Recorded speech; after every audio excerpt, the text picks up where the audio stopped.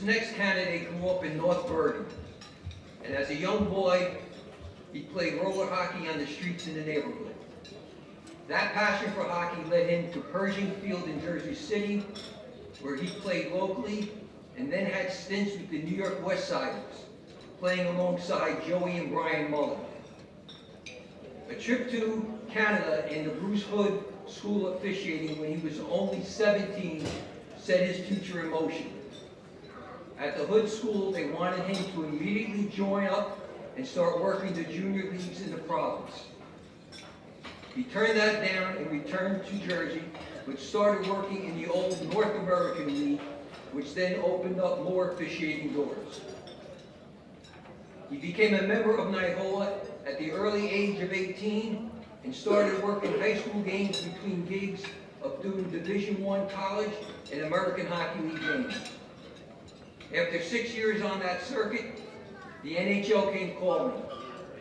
The stats will say that he worked 1,532 regular season games, 63 playoff games, plus an All-Star game, and the 1991 Canada Cup. He also served as an assistant coach during the state championship runs by Bergen Catholic in the early 2000s.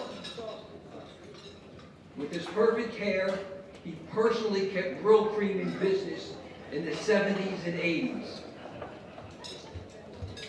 Please welcome the newest member to the New Jersey High School Ice Hockey Hall of Fame, the dapper Pat Dapuzzo.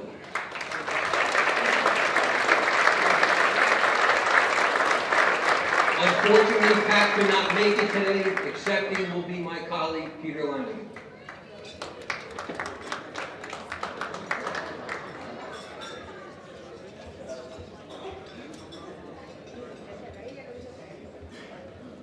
It's unfortunate Patrick could not be here today. I spoke to him 3 weeks ago. He was at the Final Four, Frozen Final Four, where his son worked the championship game as a linesman. And Pat didn't understand what he meant to other officials in the state of New Jersey. He was a trailblazer. He was also one of the few Americans at the time to ever bridge the gap into the NHL. And his record is really unbelievable. When I talk to him, and I wish he could, if I go into his voice, I apologize, or I don't apologize, I don't know. But he said, Peter, I only have a minute, which lasted about 30 minutes, as he's trying to go from the hotel to the rink 3 weeks ago.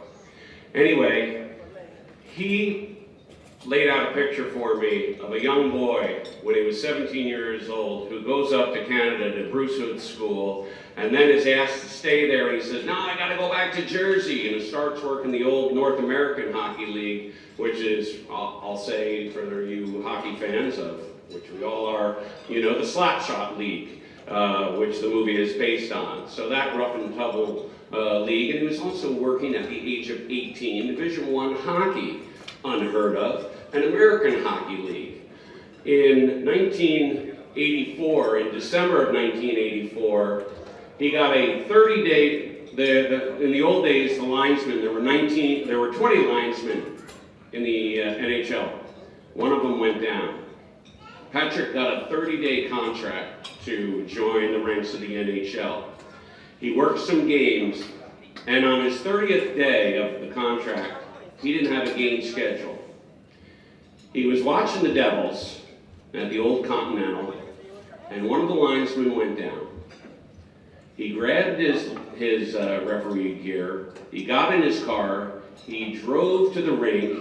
I got right on the ice. We didn't stretch out at that time. He gets on the ice, and he does the whole game. As he's leaving the rink, as he's leaving the ice, who does he see? The gold judge, Mr. as he called him, Mr. McGinnis was the gold judge, and he goes, Patrick, I need you down at Ocean Ice Palace tomorrow. He goes, St. Joe's Montville is playing brick, and there was a cluster last time, and we need you down there. And so Patrick, the next day, after doing an NHL game, goes down and does a game at the Ocean Ice Palace. The coaches there look at him cross-eyed, what are you doing here? And he says, don't worry, you guys worry about you, I'll do my stuff. And he goes, they were throwing things at me, it was unbelievable. Anyway, this is the flavor of Pat Dapuzzo. Someone who didn't necessarily think he was worthy of this honor, but didn't understand the magnitude that he had and the impact he had with high school hockey in the state of New Jersey. One last story, I saw him do I'm going to think it was the 1985 final between Brick and St. Joe's Montville. In that game, he was working with Mr. Davey Sloan, and I said, Patrick, I said, Patrick, I saw you do the 1985 game, it's crazy. I said, a policeman called attempted misconduct on the Brick goalie. He goes, yeah, and Mr. Dowd threw an ice cream cone right on Davey's head. I said, I remember that. And so it was, and also at that time, Brick was complaining, maybe rightfully so. If you remember the old South Mountain Arena, it had players' benches like the old Montreal Forum, where you had home on one side and visitors on the other. Brick, the visiting team, did not like that so much, so they insisted that there was a penalty box on their side of the rink. Anyway, that's Pat Dapuzzo, and I'm so glad to at least speak and you all get a little flavor of the man that was extraordinary in all of our lives. Thank you.